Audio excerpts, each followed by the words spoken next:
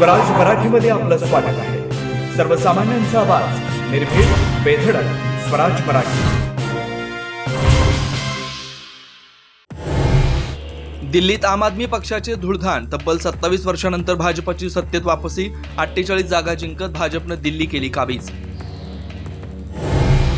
आम आदमी पक्षाचे सर्वेसर्वा अरविंद केजरीवाल यांचा धक्कादायक पराभव. भाजपाचे परवेश वर्मा ठरले जायंट किलर. सक्षम विरोधी पक्षाची भूमिका निभावणार, केजरीवाल यांची प्रतिक्रिया.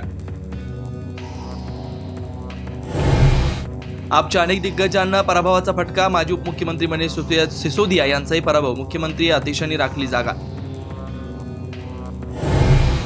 केजरीवालांचे विचार आणि चारित्र्य शुद्ध नसल्यानं पराभव. अण्णा हजारे यांचा हल्लाबोल. दिल्लीच्या निकालाबाबत बोलताना अण्णा हजारे भाऊ.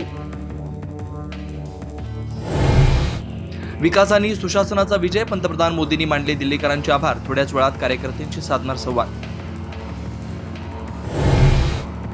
भाजपाकडून दिल्लीच्या मुख्यमंत्री पदासाठी हालचाली. परवेश वर्मा, बासुरी स्वराज, स्मृती इराणी रिंगणात. काँग्रेसला दिल्लीकरांनी पुन्हा नाकारलं. काँग्रेसच्या खात्यात एकही जागा नाही. दिल्लीकरांना आपलंसं करण्यात काँग्रेस नेतृत्वाला अपयश.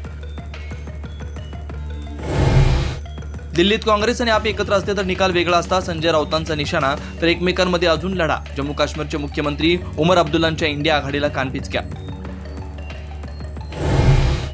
राजन साळवींच्या शिवसेना प्रवेशाची चर्चा सुरू असताना किरण सामंतांचं मोठं वक्तव्य. आपल्याला आणि उदय सामंतांना विश्वासात घेऊन शिंदे निर्णय घेणार, सामंत यांचा दावा. 2019 मध्ये निवडणुकीआधीच उद्धव ठाकरेंनी शरद पवारांची हात मिळवणी केली होती. देवेंद्र फडणवीस यांचा आरोप. आपले फोनही उचलल्याचं ठाकरेंनी बंद केलं होतं, फडणवीसांची माहिती.